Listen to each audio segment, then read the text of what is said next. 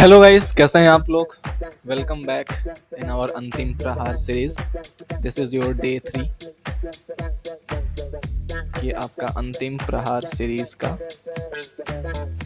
Day 3 है। ठीक है बच्चों।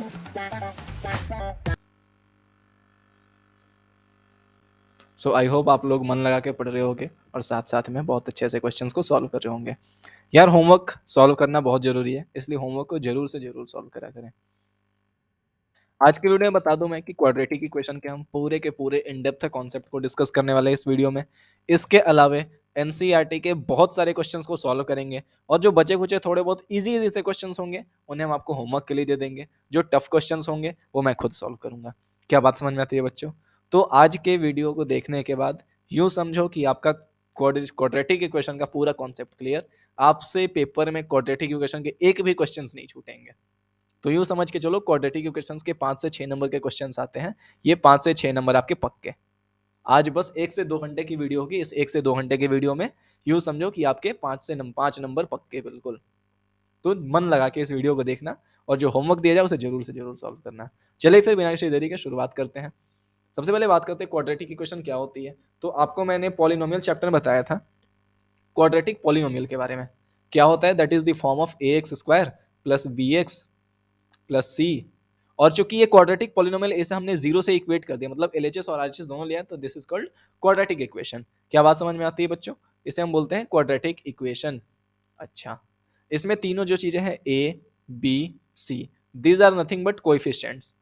दीज आर कोएफिशिएंट्स, ठीक है, या कांस्टेंट्स होते हैं बेसिकली। ठीक है, ए को बोलते हैं coefficient of x square, b को बोलते हैं coefficient of x and c is a constant term अपने आप में। ठीक है बच्चों, इतनी बात तो समझ में आती होगी आपको। और कुछ खास है बताने के? हाँ, इसको सॉल्व करने के कुछ तरीके होते हैं। बेसिकली चेक करना है पहले क्वाड्रेटिक इक्वेशन क्या है। तो सीधी सी बात है, क्वाड्रेटिक का मतलब होता है मैक्सिमम पावर 2। हाँ, इसकी जो पावर होगी, या डिग्री होगी, दैट इज 2। मैक्सिमम पावर मतलब जो आपकी डिग्री होनी है इक्वेशन की वो 2 होनी है। डिग्री तो पता है ना कि maximum power of any equation is called degree. सीधी सी बात है। तो हमें चेक करना है कि which of the following is quadratic equation और नॉट। देखो जैसे फर्स्ट क्वेश्चन में दे रखा है एक्स माइनस 2 का होल स्क्वायर है।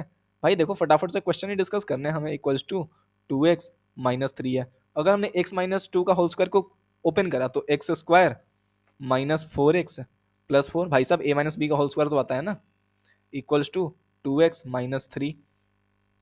ठीक है, थोड़ा अलग कलर लेते हैं यार। ओके, अच्छा, एक्स स्क्वायर ये रहा माइनस 4x और इधर 2x और माइनस होगा, दैट इज माइनस 6x। 4 और 1 5, 5 और 3 8। तो x square plus minus 6x plus 8 equals to 0।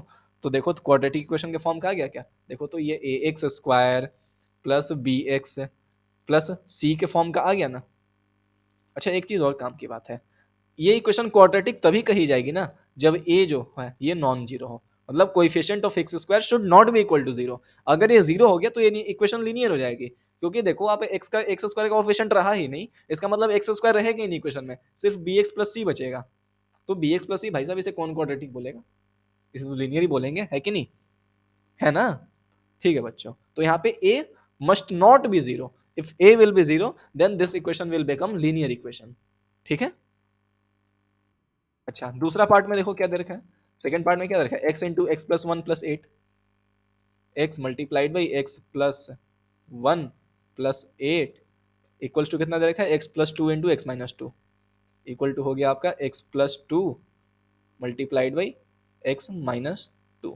ये रहा आपके एग्जाम्पल का क्वेश्चन है, एनसीईआरटी के एग्जाम्पल का क्वेश्चन नंबर 2 है। ये आपका क्वेश्चन नंबर 2 है। तो देखो भाई साहब, मल्टीप्लाई कर दिया, इसे ब्रैकेट को ओपन करा तो देखो एक्स मल्टीप्लाइड बाई एक्स को क्या बोल सकता हूँ मैं? एक्स स्क्वायर बोल सकता हूँ। प्लस एक्स इंटू 1 को क्या बोल सकता हूँ? एक्स बोल सकता हूँ। प्लस एक्स, सॉरी, ये तो एज इट इज अपने आप 8 रहेगा। Equal to x plus 2 into x minus 2। भाई साहब a plus b multiplied by a minus b को क्या मैं a square minus b square बोल सकता हूँ? यस और नो, जल्दी से बता दो यार। ठीक है, तो क्या बोल सकता हूँ इसे? एक्स स्क्वायर माइनस 2 का स्क्वायर, 2 का स्क्वायर क्या होता है? 4। तो मतलब इसे बोल सकता हूँ मैं एक्स स्क्वायर माइनस 4। लो भाई साहब, ये एक्स स्क्वायर कैंसिल हो गया, बचा क्या आपका x plus 8 equal to minus 4, यानी कि एक्स प्लस 12 इक्वल्स टू 0। क्या ये क्वाड्रेटिक इक्वेशन है? बताना जरा। नहीं सर, क्वाड्रेटिक इक्वेशन तो नहीं, क्योंकि इसमें एक्स स्क्वायर का टर्म ही नहीं है। यहाँ पर एक्स स्क्वायर का कोई टर्म ही नहीं है, इसका मतलब ये क्या है, this is not a quadratic equation, this is not a quadratic equation. ठीक है बच्चों, आई होप आपको चीजें इतनी क्लियर होंगी अच्छे से। Not a quadratic equation, this is a linear equation. ठीक है, क्योंकि यहाँ पे ए की वैल्यू भी जीरो होगी ना, बेसिकली आपको देखो यहाँ पे ए जीरो हो गया, मतलब एक्स स्क्वायर का टर्म ही नहीं आया, मतलब एक क्वाड्रेटिक तो है ही नहीं, कौन बोलेगा क्वाड्रेटिक। ठीक है, third is x into two x plus three equal to x square plus one. Third question दे रखा है हमें, x multiplied by two x plus three equals to x square plus one है ना, एक्स स्क्वायर प्लस वन। तो लो भाई साहब, x में टू एक्स से मल्टीप्लाई करें कितना हो गया, two x square, plus x में थ्री से मल्टीप्लाई करें तो कितना हो गया, three x, equals to x square plus one. लो भाई साहब, टू एक्स स्क्वायर में से एक्स स्क्वायर को माइनस करा, बचा हमारा एक्स स्क्वायर, प्लस का बचा थ्री एक्स, और ये वन हमारा लेफ्ट हैंड साइड में आ गया, तो minus one equals to zero. क्या ये a x square plus B x plus c के फॉर्मेट का है, यस और नो। और यहाँ पे ए की वैल्यू नॉन जीरो है, ठीक है, तो इसका मतलब this is a quadratic equation, this is a quadratic equation.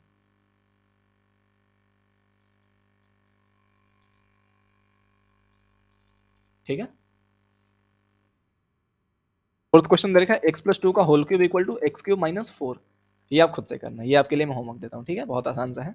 A plus B का होल क्यूब पे आपको ब्रेक करना, सॉरी ये आपका एच ए डब्ल्यू रहा, ठीक है, येलो कलर दिख नहीं रहा पर कोई बात नहीं।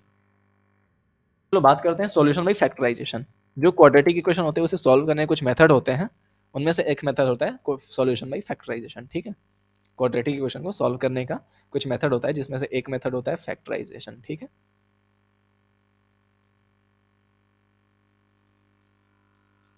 तो चलो देखते हैं फैक्टराइजेशन मेथड क्या है आपका। देखो क्या देखा है, x square minus three x minus ten equal to zero. पहला दे रखा है x square minus three x minus ten equal to zero, हमें इसे फैक्टराइज करना है। तो लो भाई देखो, फैक्टराइज पता है ना, मिडिल टर्म को स्प्लिट करते हैं। तो देखो माइनस थ्री एक्स है और ये माइनस टेन है, तो क्या मैं इसे minus five x plus to x minus ten में स्प्लिट कर सकता हूँ। देखो मिडिल टर्म को इस तरीके से स्प्लिट करना है, minus five x multiplied by two x कितना हो जाएगा, माइनस टेन एक्स स्क्वायर हो जाएगा ना, माइनस टेन एक्स स्क्वायर। हम इसमें क्या करते हैं, फर्स्ट टर्म को और लास्ट टर्म को मल्टीप्लाई करते हैं। तो एक्स स्क्वायर को हमने माइनस टेन से मल्टीप्लाई करा तो क्या आ गया, माइनस टेन एक्स स्क्वायर आ गया। अब मिडिल टर्म को इस तरीके से स्प्लिट करते हैं कि इनका समेशन हमारे बीच वाला टर्म आ जाए और इनका मल्टीप्लीकेशन हमारा ये मल्टीप्लीकेशन के बराबर आ जाए। ठीक है, तो ये आई होप आपको चीज आती हो। तो माइनस फाइव और प्लस टू में हमने कन्वर्ट कर दिया। ठीक है,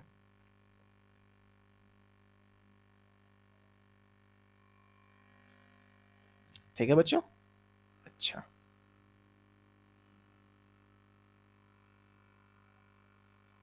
अच्छा आ जाओ फिर। यहाँ से देखो x को हमने कॉमन ले लिया तो क्या बचा, x माइनस फाइव बचा, प्लस यहाँ से हमने टू को कॉमन लिया, x माइनस फाइव बचा, इक्वल्स टू जीरो। अब पूरे में से हमने क्या करा, x माइनस फाइव को कॉमन ले लिया और यहाँ पे हमारा क्या बचा, x प्लस टू बचा, इक्वल्स टू जीरो। तो क्या मैं करूँगा, x minus five equals to zero, यानी कि x इक्वल्स टू फाइव। और क्या मैं बोल सकता हूँ, x plus two is also zero, तो इसका मतलब x equals to minus two. क्या बात समझ में आती है। तो यहाँ से हमारी दो वैल्यूज आ गई एक्स की, तो मतलब सॉल्यूशन यानी कि जो होगा इस इक्वेशन का सॉल्यूशन जो होगा फाइव कॉमा माइनस टू। क्या बात समझ में आती है। इस तरीके से हमारा ये बहुत आसानी से क्वेश्चन सॉल्व हो गया। मैं अब आपको कुछ क्वेश्चन होमवर्क में देता हूँ, ये बहुत आसान सा पार्ट है यार, ये सब ना आप बिल्कुल एट्थ क्लास से फैक्टराइजेशन पढ़ते आ रहे हो। ये भी आपका होमवर्क रहा, ये भी आपका होमवर्क रहा, ये भी होमवर्क रहा, और चलो ये मैं कर देता हूँ। ठीक है, ये एक और मैं कर देता हूँ। ठीक है, दो क्वेश्चन मैं कर देता हूँ। में क्या दे रखा है, hundred x square minus twenty x plus twenty x minus twenty x है। हंड्रेड एक्स स्क्वायर, मैं फिफ्थ क्वेश्चन कर रहा हूँ ना, hundred x square minus twenty x plus one equals to zero, यही है ना यार।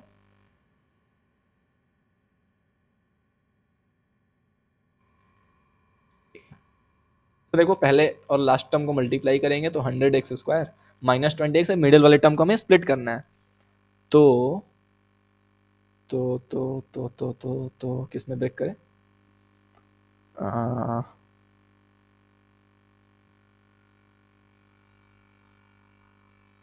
-10 और -10 हो जाएगा ना, -10x +1 इक्वल्स टू 0। -10 और -10 कितना होता है? 20 होता है, और 10 10 जा 100 होता है। हाँ ठीक है, तो लो भाई साहब यहाँ से हमने 10x को कॉमन लिया तो कितना बचा? फिर से यहाँ पे हमारा 10x बचा, -1 बचा, -1 कॉमन लिया तो यहाँ से क्या बचा? 10x -1 equals to 0। तो 10x -1 into 10x -1 equals to 0 हो गया हमारा। तो यहाँ से क्या मैं बोल सकता हूँ? 10x -1 इक्वल्स टू 0 और दिस 10x -1 इक्वल्स टू 0। ठीक है, तो यहाँ से हमारा आ गया x इक्वल्स टू 1/10। ठीक है ना बच्चों? बिल्कुल, देखो यार इजी इजी से कॉन्सेप्ट है। 1/10 यहाँ भी आ गया, काम खत्म। तो हमारे दो सॉल्यूशन आ गए, 1/10 कॉमा 1/10। लो आंसर आ गया ये। ठीक है, बस बहुत आसान सा कॉन्सेप्ट था, लगता है कि अब इससे ज़्यादा कुछ बताने की ज़रूरत है। बात करते हैं हम एक बहुत ही इंपॉर्टेंट टर्म की, that is nature of roots. Nature of roots क्या होते हैं? तो इसके लिए हम एक बहुत ही अच्छा सा कॉन्सेप्ट डिस्कस करते हैं, that is known as discriminant. हम एक बहुत ही अच्छा टर्म डिस्कस करने वाले हैं जिसे हम डिस्क्रिमिनेंट बोलते हैं। ठीक है, so let's discuss first that what is discriminant.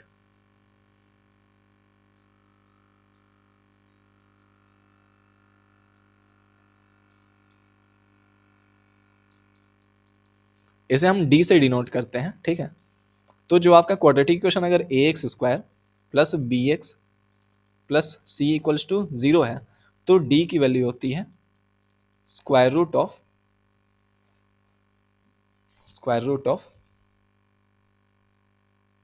Sorry square root नहीं, डी में कहाँ से स्क्वायर रूट?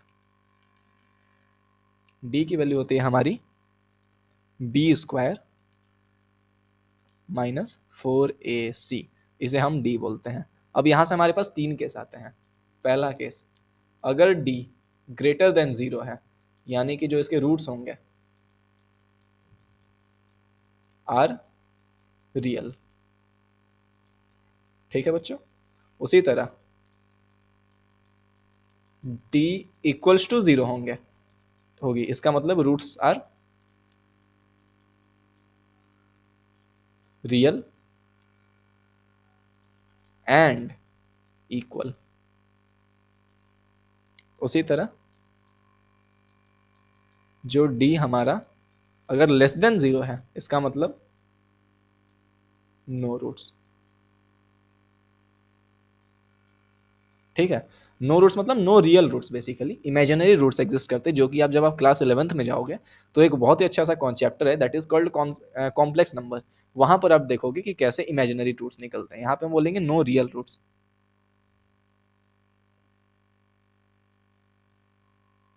ठीक है, तो ये तीन कॉन्सेप्ट ध्यान में रखना। मतलब डी ग्रेटर देन 0 का मतलब क्या होगा? यहाँ से मैं भी तो बोल सकते हैं ना, b square -4ac greater than 0, b square -4ac equals to 0, b square -4ac less than 0।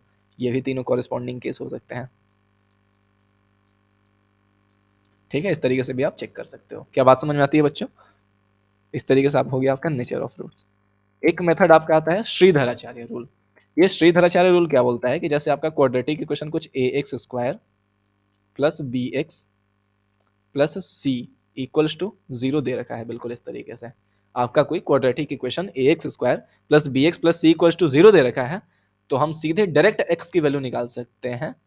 कैसे निकालेंगे? That is equal to -b plus minus square root of b square -4ac upon 2a।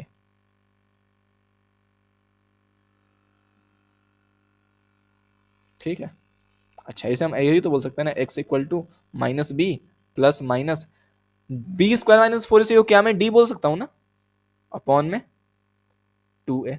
लो भाई साहब, ये भी एक फॉर्मेट हो गया इसका। ठीक है, बिल्कुल नोट कर लो इस मेथड को, श्रीधराचार्य रूल। ठीक है, जैसे एक एग्जांपल दिखाते हैं। एग्जाम्पल दिखा देते हैं साइड में यहीं पे। जैसे मान लो हमारा है कोई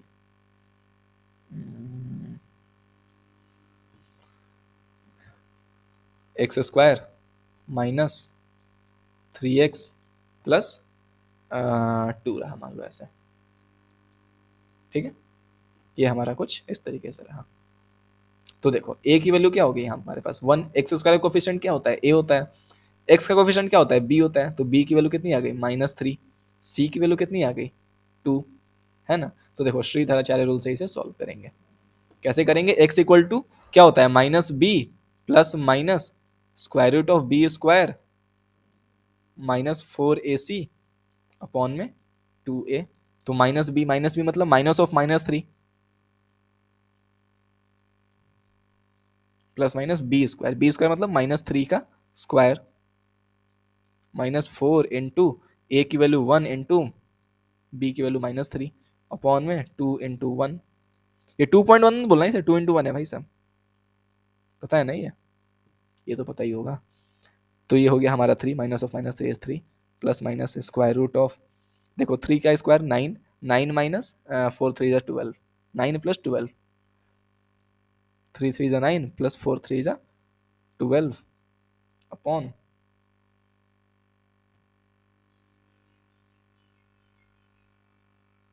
मैं बोल रहा कुछ तो गड़बड़ हुआ है, कुछ तो गड़बड़ हुआ है। सी की वैल्यू भाई साहब 2 है, 3 थोड़ी है। सी की वैल्यू हमारी 2 है, तो 9 माइनस 8 हो जाएगा ना ये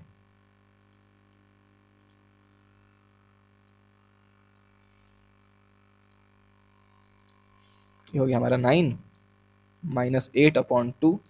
तो क्या मैं इसे बोल सकता हूँ, एक बार नेक्स्ट पेज पे ले ले यार, चलिए चलो यहाँ देख लेते हैं, ठीक है। तो 3 प्लस माइनस क्या था हमारा 3 plus minus square root of 9 -8 को क्या मैं 1 बोल सकता हूँ अपॉन में 2, तो 3 प्लस माइनस 1/2। अब देखो x की वैल्यू 2 हुई, एक x की वैल्यू के लिए 3 प्लस 1/2 और एक x की वैल्यू के लिए 3 माइनस 1/2। 3 प्लस 1/2 मतलब कितना 4/2, दैट इज नथिंग बट ये है आपका 4/2 मतलब 2, और ये 3 माइनस 1/2 मतलब 2/2, that is equals to 1। So x की एक वैल्यू वो 2 हो गई, x की एक वैल्यू 1 हो गई। क्या बात समझ में आती है बच्चों, इस तरीके से हम श्रीधराचार्य रूल से सॉल्व करते हैं इस क्वेश्चन को, ठीक है। अब पूछ रहा है find the nature of the roots of the quadratic equation, find the nature of the roots of the following quadratic equation if the real roots exist then find them. पूछ रहा है कि हमें पहले नेचर ऑफ रूट्स फाइंड करने हैं, फिर उसके बाद अगर वो रूट्स रियल हैं तो उन्हें उनकी वैल्यूज फाइंड करनी है, ठीक है। तो देखो मैं ऐसा करता हूं, दोनों क्वेश्चन की एक एक पार्ट को डिस्कस कर लेता हूं, बाकी आप कर लोगे खुद से, ठीक है।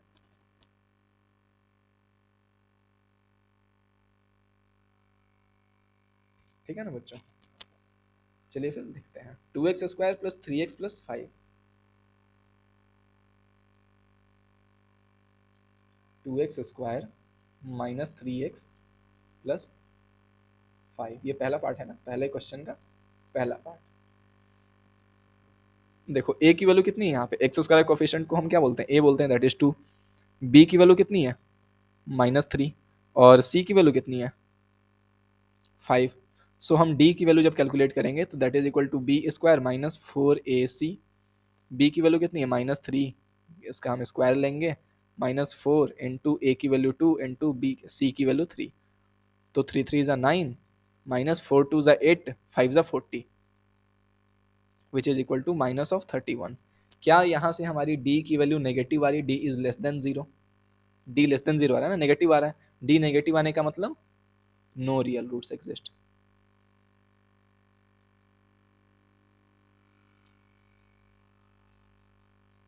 ठीक है बच्चों, चलिए फिर सेकंड क्वेश्चन देखते हैं।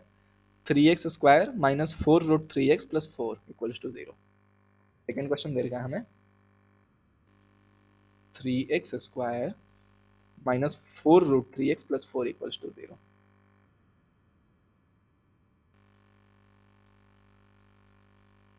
लो भाई साहब, यहाँ से फिर हम a की वैल्यू कैलकुलेट करेंगे, दैट इज इक्वल टू 3। पता चल रहा है ना ये a b c कैसे आ रहा है, x² कोफिशिएंट को हम a बोलते हैं, x का कोफिशिएंट को b बोलते हैं, बाकी कांस्टेंट हमको c बोलते हैं। तो b की वैल्यू कितनी आ गई -4 रूट 3, c की वैल्यू कितनी आ गई दैट इज 4। तो डी की वैल्यू को क्या मैं बोल सकता हूँ, बी स्क्वायर माइनस 4ac। बी की वैल्यू कितनी है, माइनस ऑफ 4√3। ठीक है, हमने इसको स्क्वायर करा, माइनस 4 इंटू ए की वैल्यू है 3 इंटू सी की वैल्यू है 4। तो देखो 4 4 जा 16, 3 जा 48, माइनस 4 4 जा 16 माइनस 48, मतलब ये 48 minus 48 that is equal to 0। तो इसका मतलब क्या होगा कि जो रूट्स आएंगे, roots are equal and real, roots are real भी होंगे एंड इक्वल होंगे। ठीक है ना बच्चों। अच्छा अब देखो कैसे फाइंड करेंगे एक्स की वैल्यू। एक्स की वैल्यू को मैं डायरेक्ट लिख सकता हूँ ना, minus b plus minus b square minus 4ac को मैंने सीधा डी लिख दिया। ठीक है, कोई फर्क नहीं पड़ता, अपॉन 2a। देखो अब हमने डी माइनस बी की वैल्यू क्या है, 4√3, तो minus of minus 4√3 plus square root of 0 upon 2 into ए की वैल्यू है 3। तो देखो 4 प्लस माइनस हो जाएगा ना, √3 अपॉन 2 3 जा 2 इंटू 3 रहा। लो इस 2 ने इस 4 को कैंसिल कर दिया, इस √3 ने इसको कैंसिल कर दिया, तो वैल्यू आ गई हमारी 2/√3। ठीक है, दोनों इक्वल रूट होंगे, तो x की वैल्यू हमारी 2/√3 कॉमा 2/√3, दोनों रूट्स इक्वल आएंगे ना। एक बार आपने प्लस 0 करा, एक बार माइनस 0 करा, इसी में तो वही बात है। ठीक है, थर्ड पार्ट में आपको होमवर्क देता हूँ जो आप खुद से करके लाओगे। अब मैं सेकंड क्वेश्चन डिस्कस करता हूँ। ठीक है, इस वाले क्वेश्चन को, सेकंड क्वेश्चन को अब मैं डिस्कस कर रहा हूँ। ठीक है, इस वाले क्वेश्चन को मैं डिस्कस करता हूँ। ठीक है,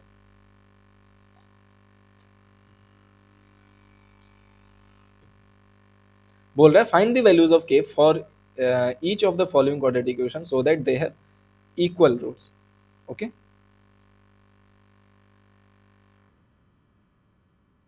क्या दे रखा है हमें, 2x² plus kx plus 3 equals to 0।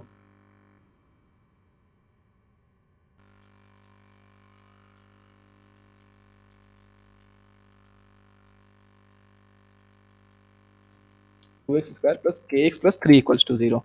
देखो ये दे रखा है ना, हमें रूट्स इक्वल होने के लिए क्या चाहिए, for roots to be equal, हमें रूट्स इक्वल होने के लिए क्या होना चाहिए, डी जो है हमारा 0 के इक्वल होना चाहिए। मतलब बी स्क्वायर माइनस 4ac की वैल्यू 0 के इक्वल होनी चाहिए, यस और नो। अब देखो यहाँ से a की वैल्यू कितनी है, ये 2 रहा, ये हमारा क्या है, b है, और ये हमारा क्या है, c है। ठीक है, तो बी स्क्वायर मतलब के स्क्वायर माइनस 4 इंटू ए की वैल्यू कितनी है 2 और सी की वैल्यू कितनी है 3 इक्वल्स टू 0। ठीक है, तो यहाँ से कितना हो जाएगा, के स्क्वायर इक्वल्स टू 4 3 जा 12 2 जा 24। तो यानी कि के की वैल्यू कितनी हो जाएगी, plus minus square root of 24। ठीक है, लो आंसर आ गया, काम खत्म। उसी तरह इसका सेकंड पार्ट आप खुद से करके लाना। ठीक है, इसका आप सेकंड पार्ट खुद से सॉल्व करके लाना। ठीक है बच्चों, चलिए बच्चों फिर डिस्कस करते हैं अब how to form a quadratic equation. ये मुझे पर्सनली बहुत अच्छा टॉपिक लगता है, क्योंकि इसमें ना आपके दिमाग चलते हैं, बिल्कुल आप प्रैक्टिकल एप्लीकेशन को यूज़ करते हो कि कैसे क्वाड्रेटिक इक्वेशन के प्रैक्टिकल यूज़ को हम कर सकते हैं, मतलब कैसे हम इसे प्रैक्टिकली यूज़ करते हैं अपने। ठीक है, तो चलिए 4 क्वेश्चन है हमारे पास, चारों क्वेश्चन हम बिल्कुल लाइन बाय लाइन सॉल्व करेंगे, बाकी 3 क्वेश्चन आपको होमवर्क के लिए दिए गए हैं। ठीक है बच्चों, तो चलिए फिर देखते हैं कैसे सॉल्व करना है। ठीक है, थर्ड क्वेश्चन इज, ये आपके एनसीईआरटी की एक्सरसाइज का है। ठीक है, find two numbers whose sum is 27 and product is 182। बोल रहा है हमें टू नंबर्स फाइंड करने जिसका सम 27 है और उसका प्रोडक्ट 182 है। लेट्स से जैसे आपने दो नंबर्स लिए कुछ ऐसे, मान लो आपने 4 लिया और 3 लिया, तो 4 और 3 का सम हमारा कितना होता है, 7 होता है, और 4 और 3 का प्रोडक्ट कितना होता है, इक्वल्स टू 12 होता है। उसी तरह हमें उसने दो नंबर्स बोले हैं, एक नंबर ये रहा, दूसरा नंबर ये रहा, इन दोनों को अगर आप ऐड करते हो तो सम इज 27। तो ऐड करने पे 27 आता है और मल्टीप्लाई करने पे 182 आता है। अगर इस नंबर को इस नंबर से आपने मल्टीप्लाई कर दिया तो वैल्यू 182 आती है। तो हमें ये दोनों नंबर्स फाइंड करने हैं। ठीक है बच्चों, तो चलिए फिर देखते हैं कैसे सॉल्व करेंगे। ठीक है, आ जाओ, बिल्कुल स्टेप बाय स्टेप में सॉल्व करूंगा। मेरे साथ साथ में करोगे आप तो बहुत मजा आएगा, ठीक है। क्वेश्चन समझ में आ गया ना? क्वेश्चन तो आई होप आपको समझ में आ गया होगा, ठीक है। चलो सॉल्व करते हैं। कौन सा क्वेश्चन है? थर्ड है ना? हाँ third. Let first number is x और सेकंड नंबर क्या हो जाएगा?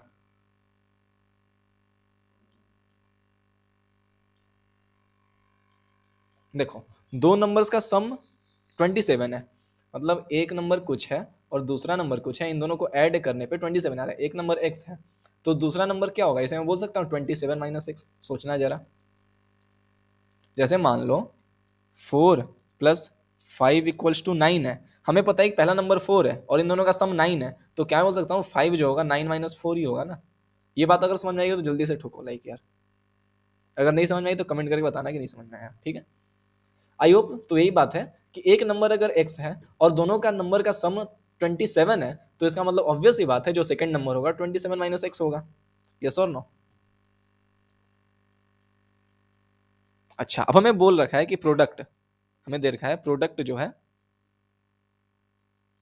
इक्वल्स टू 182 है ना? हाँ 182। तो ठीक है भाई, प्रोडक्ट फर्स्ट नंबर क्या हो गया हमारा एक्स, और इसको मल्टीप्लाई करेंगे 27 माइनस एक्स से, तो ये हमारा प्रोडक्ट आता है 182, ठीक है। तो देखो, एक्स को आपने 27 से मल्टीप्लाई करा तो ये आया 27x minus x square equals to 182। क्या बात समझ में आती है? तो यहाँ से क्या बोल सकता हूँ, x square minus 27x minus plus 182 equals to 0, ठीक है बच्चों। अच्छा, अब इसे आपको सॉल्व करना है, तो चलो भाई श्रीधराचार्य मेथड लगा लो, ठीक है। एक्स इक्वल टू क्या होता है, minus b plus minus square root of b square minus 4ac upon 2, आप चाहो तो फैक्टराइज भी कर सकते हो, ठीक है, जो भी आपको मेथड सही लगे। माइनस बी मतलब माइनस ऑफ -27, बी की वैल्यू क्या है -27, plus minus square root of -27 का स्क्वायर, यार लेंदी हो जाएगा, चलो कोई नहीं कर लेना और क्या। -4 इंटू ए की वैल्यू 1 इंटू सी की वैल्यू 182 अपॉन में 2 इंटू 1, तो ये तो हो गया 27 प्लस माइनस 27 का स्क्वायर कितना होता है यार, 25 का 625, 26 का 656, 656, 27 का कितना होता है 729 होता है क्या, देखते हैं। 7 7 जा 49 का 9, 7 2 जा 14, 4 18, 27 2 का 54, हाँ 729 होता है, ठीक है। 8 4 12, 5 1 6 1 7, हाँ ठीक है।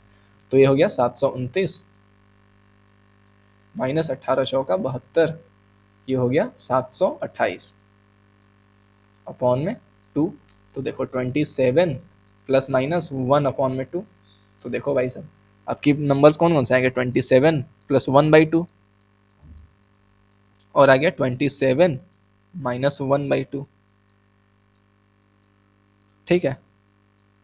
27 प्लस 1 कितना होता है, 28 में 2 से हमने डिवाइड करा कितना आ गया 14, उसी तरह आ जाएगा 13। तो सीधी सी बात है, आपके दो नंबर्स जो आ गए, अगर आपने x इक्वल टू 14 को कंसीडर करते हो तो पहला नंबर आपका आ गया 14, तो दूसरा नंबर क्या हो जाएगा x माइनस 27 माइनस 14, ठीक है, दैट इज 13। अगर आप पहले नंबर को 14 मानते हो तो दूसरा नंबर आपका 13 आएगा, अगर आप पहले नंबर को 13 मानोगे तो दूसरा नंबर आपका 14 आएगा।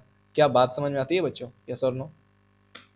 इस तरीके से आपने क्वेश्चन को सॉल्व कर लिया, ठीक है। जल्दी से देखो, फोर्थ क्वेश्चन में दे रखा है, हमें फोर्थ क्वेश्चन में दे रखा है find to consecutive positive integers whose sum of whose square is 365, to consecutive positive integer, ठीक है, टू कंसेक्यूटिव पॉजिटिव इंटीजर, दो इंटीजर्स आपके पास है वो कॉन्जिक्यूटिव है। कॉन्जिक्यूटिव इंटीजर्स का मतलब समझते हो क्या होता है, हम सॉल्व कर रहे हैं फोर्थ क्वेश्चन को। कॉन्जिक्यूटिव इंटीजर जैसे एक 3 हुआ तो अगला 4 होगा, और अगर एक 4 हुआ तो अगला 5 होगा, इस तरीके से कॉन्जिक्यूटिव। तो दोनों का डिफरेंस कितना है? 1 ना। तो अगर हम फर्स्ट नंबर को x मानते हैं तो सेकंड नंबर x प्लस 1 होगा। सोचो जरा, सोचो जरा, अगर आप 3 में 1 को ऐड कर दो तो आपका 4 आएगा ना। तो फर्स्ट नंबर का हमें 3 पता है, तो हम 4 सेकंड नंबर कॉन्जिक्यूटिव बोला है ना, कॉन्जिक्यूटिव मतलब जस्ट बाद वाला उसका। तो 3 के जस्ट बाद वाला पॉजिटिव इंटीजर कौन आता है? 4 आता है। तो इसको करने के लिए हम क्या करेंगे? प्लस 1 करेंगे। तो अगर हम मान रहे हैं कि फर्स्ट नंबर इज x, तो क्या मैं बोल सकता है इसके जस्ट कॉन्जिक्यूटिव वाला जो पॉजिटिव इंटीजर होगा उसे हम x प्लस 1 बोल देंगे। अगर ये बात समझ में आ गई तो जल्दी से ठोको लाइक, जल्दी से बता यार कमेंट में, ठीक है? अच्छा,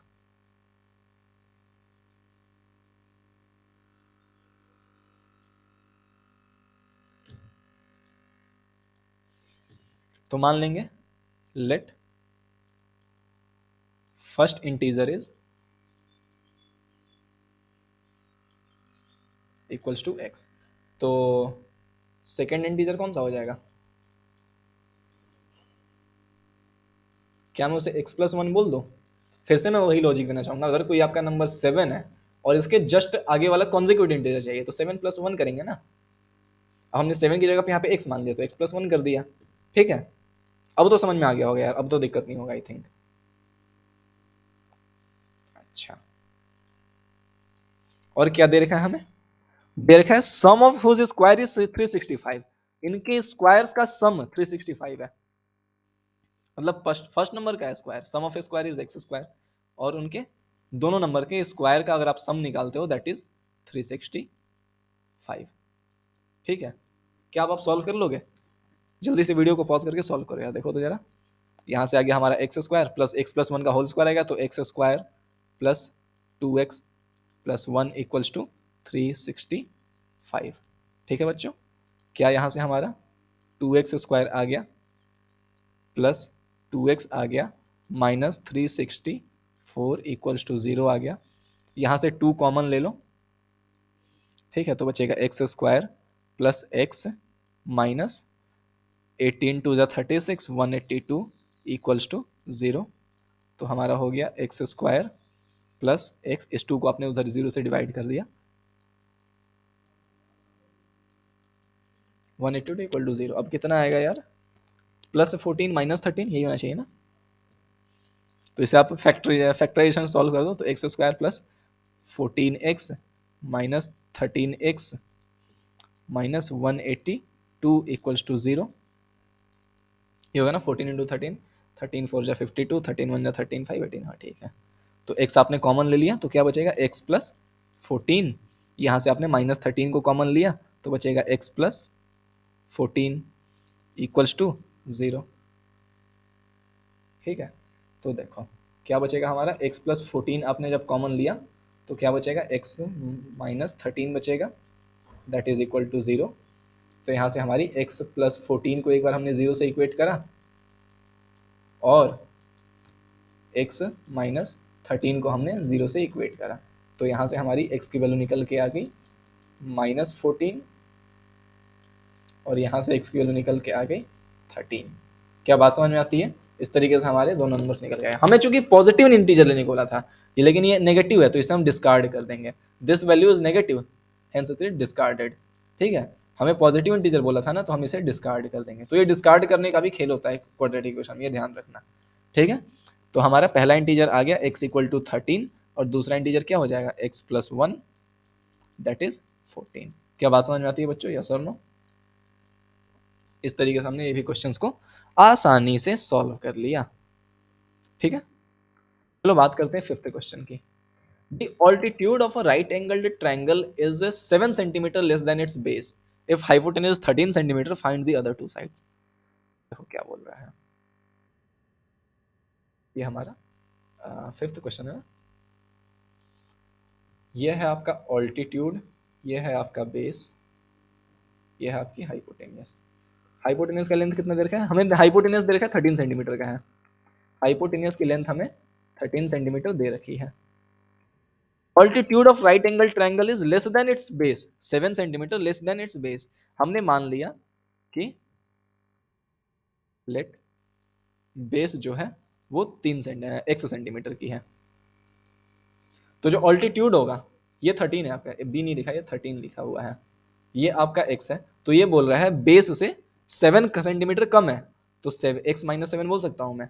तो ऑल्टीट्यूड यानी परपेंडिकुलर जो हो जाएगा,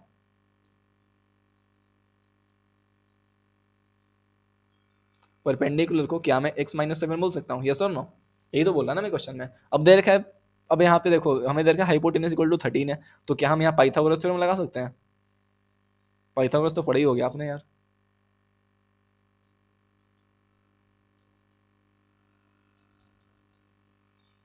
क्या होता है, परपेंडिकुलर का स्क्वायर प्लस बेस का स्क्वायर इक्वल्स टू हाइपोटेनियस का स्क्वायर, ठीक है ना?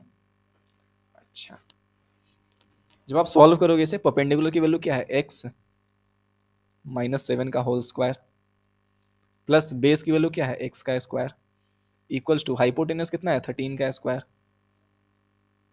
ठीक है? तो देखो x square minus 14 x plus 49 plus x square equals to 13 का स्क्वायर कितना था, 269 ना, नहीं 169, सॉरी यार क्या हो रहा है मेरे साथ।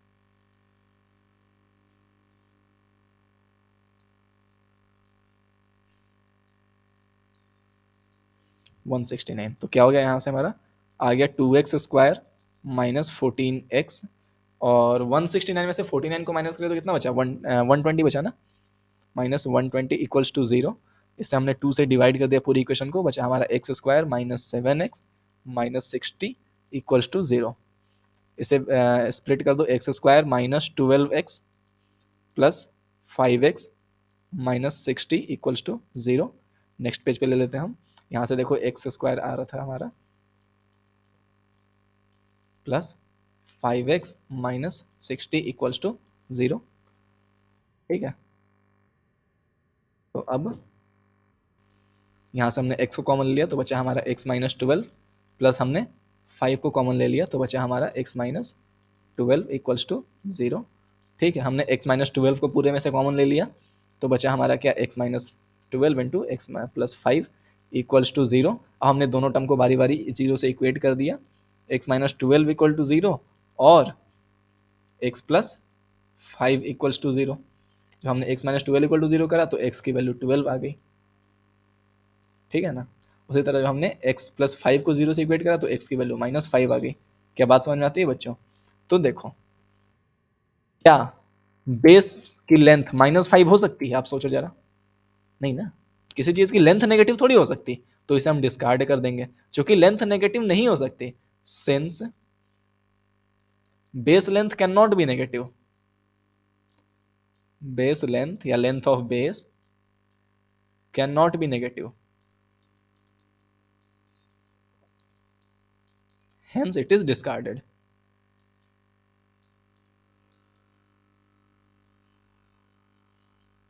ठीक है? तो हमारी जो बेस की लेंथ आ गई, this is our base length, base की जो लेंथ हो गई दैट इज 12 सेंटीमीटर। अब जो कि दे रखा है, जो हाइट है वो परपेंडिकुलर जो है वो 7 लेस देन है, तो परपेंडिकुलर हमारा क्या हो जाएगा, 12 minus 7 that is equal to 5 centimetre. क्या बात समझ में आती है बच्चों, यस और नो? जल्दी से बता दो यार। इस तरीके से हमारा फिफ्थ क्वेश्चन भी सॉल्व हो गया। देखो सिक्स्थ क्वेश्चन दे रखा है हमें, और cottage industry produces a certain number of pottery articles in a day, ठीक है? कॉटेज इंडस्ट्री है जो कि कुछ निश्चित अमाउंट ऑफ आर्टिकल्स, जो मटके के आर्टिकल्स हैं उन्हें डेली प्रोड्यूस करती है। It was observed on a particular day that the cost of production of each article was 3 more than twice the number of articles produced in that day, ठीक है? If the total cost of production on that day was 90 rupees, then find the number of articles produced on the cost of each article.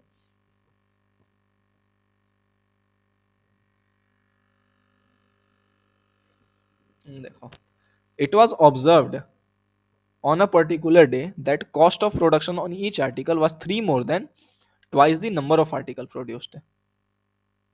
अच्छा, मैं ये बोल रहा है, देखो पहले मैं थोड़ा सा लिख देता हूँ। जो ना सिक्स्थ क्वेश्चन है, हमने मान लिया जो कि let number of articles produced equals to x है, तो कॉस्ट ऑन दैट डे जो है, हमें ये बोल रहा है कि जितने हमने मटके बनाए, जितने बर्तन हमने बनाए, पॉटरी मटके कुछ भी बोल लो, जितने हमने पॉट्स बनाए उस दिन के, उसके ट्वाइस से 3 ज्यादा है ना।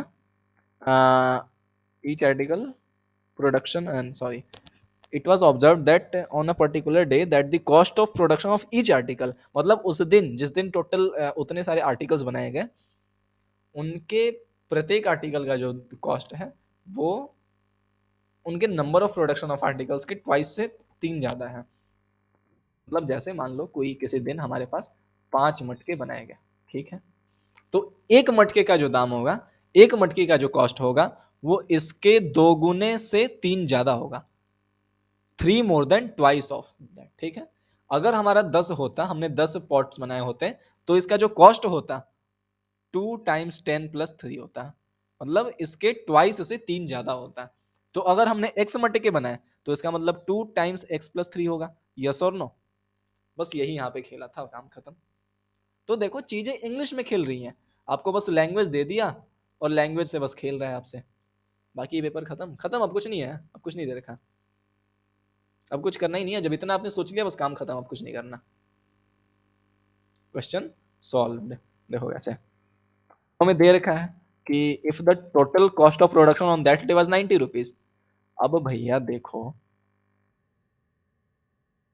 हमारे पास इतने मटके बने हुए हैं और एक मट सॉरी, इतने मटके बने हुए हैं और एक मटके का जो दाम है वो 2x प्लस 3 रुपीज है।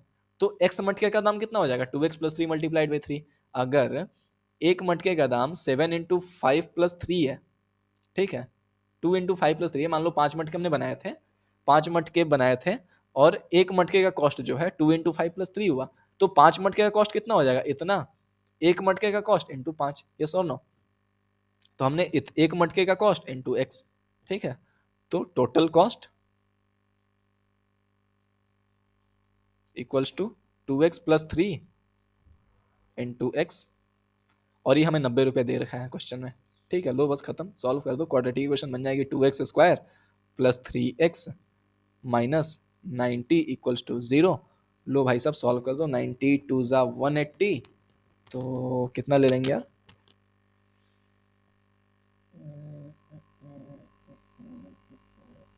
कितना ले, श्रीधराचार्य लगा लो ना यार, क्या इतना दिमाग खराब करना है, ठीक है, श्रीधराचार्य लगा लो।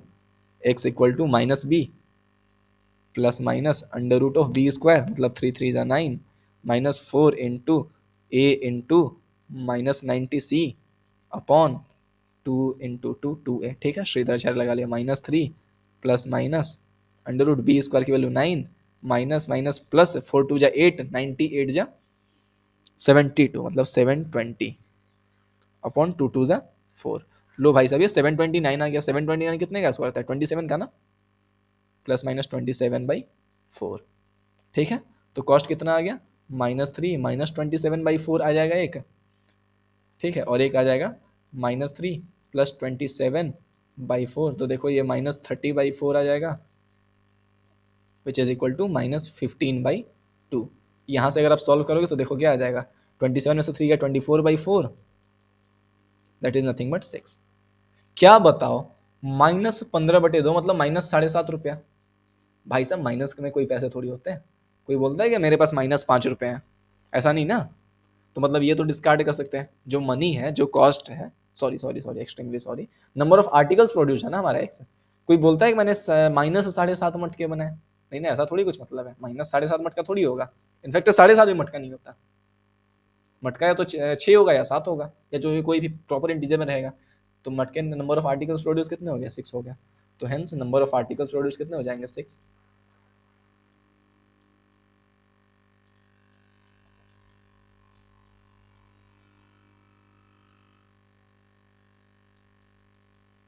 ठीक है, तो उसका कॉस्ट कितना हो जाएगा, 2x+3, cost of each article,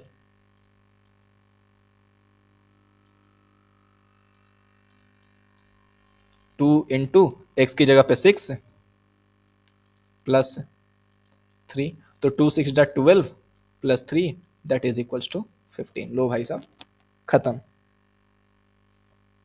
इतनी आसानी से आपका ये पार्ट खत्म हो गया। ठीक है, अच्छा, तो आई होप आपको सारी चीजें समझ में आई होंगी। ठीक है, अब थोड़ा सा ना होमवर्क डिस्कस कर लेते हैं यार एक बार। ठीक है, एक बार डिस्कस कर लेते हैं, ऐसे ही बस दे के छोड़ेंगे नहीं, सब में बता देते क्या करना है। It is possible to design a rectangular mango grove whose length is twice than its breadth and area is 800 metre square. देख लो, मैं बस हिंट दे रहा हूँ सारे क्वेश्चन का। ठीक है, पहले थर्ड क्वेश्चन में देखो आपका क्या हिंट है।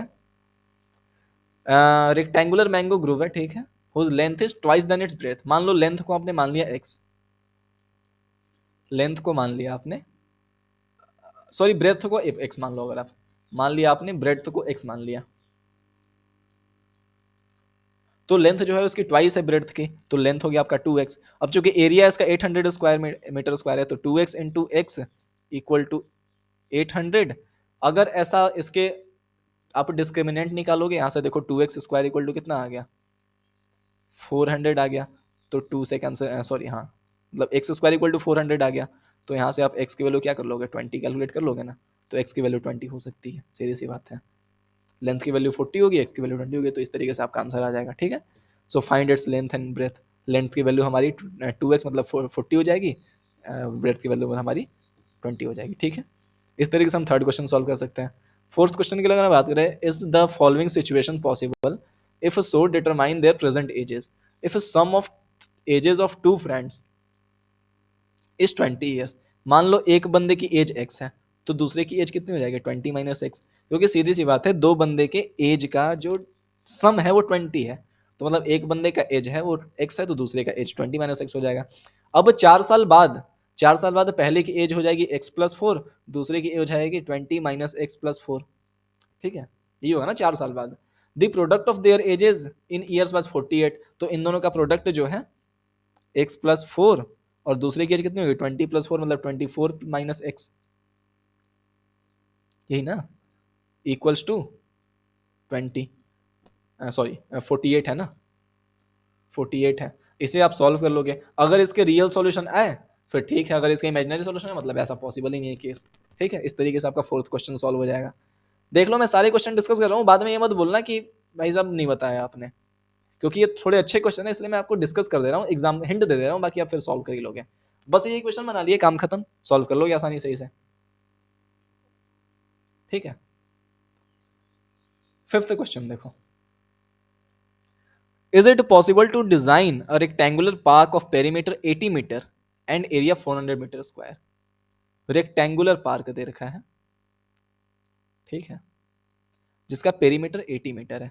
पेरीमीटर क्या होता है, twice into length plus breadth equals to 80 metre. तो लेंथ प्लस ब्रेड्थ को क्या मैं बोल सकता हूँ, 40 मीटर, यस और नो, 2 से कैंसिल कर दिया इसने आपने। अच्छा, आपने लेंथ को मान लिया x, तो क्या मैं ब्रेड्थ को बोल सकता हूँ 40 माइनस एक्स, यस और नो। हमारे पास लेंथ आ गई, ब्रेड्थ आ गई। अब चूंकि इसका एरिया 400 दे रखा है, तो x multiplied by 40 minus x equals to 400। अब आप इसे सॉल्व करोगे, सॉल्व करने के बाद एक क्वाड्रेटिक इक्वेशन फॉर्म होगी, उस क्वाड्रेटिक इक्वेशन का आप डिस्क्रिमिनेंट चेक करोगे। डिस्क्रिमिनेंट चेक करने के बाद आपको क्या पता चलेगा, अगर डिस्क्रिमिनेंट पॉजिटिव आया तो इसका मतलब वो केस पॉसिबल है। जैसे देखो आपका क्या आएगा, 40x minus x square equal to 400, तो यानी कि x square minus 40x plus 400 equals to 0। ये आपका इक्वेशन आ गया। आई थिंक ये डिस्क्रिमिनेंट तो पॉजिटिव है, 4 4 16, हाँ, डिस्क्रिमिनेंट आपका 0 आना चाहिए। डी जब आप चेक करोगे, बी स्क्वायर माइनस 4 ऐसे, तो 4 4 जा 1600 माइनस 400 4 1600, हाँ, डिस्क्रिमिनेंट आपका 0 आ रहा है, मतलब ऐसा केस पॉसिबल है। ठीक है, तो इस तरीके से आप सॉल्व कर लोगे। ठीक है बच्चों, तो ये रहा आपका पूरा क्वाड्रेटिक इक्वेशन चैप्टर।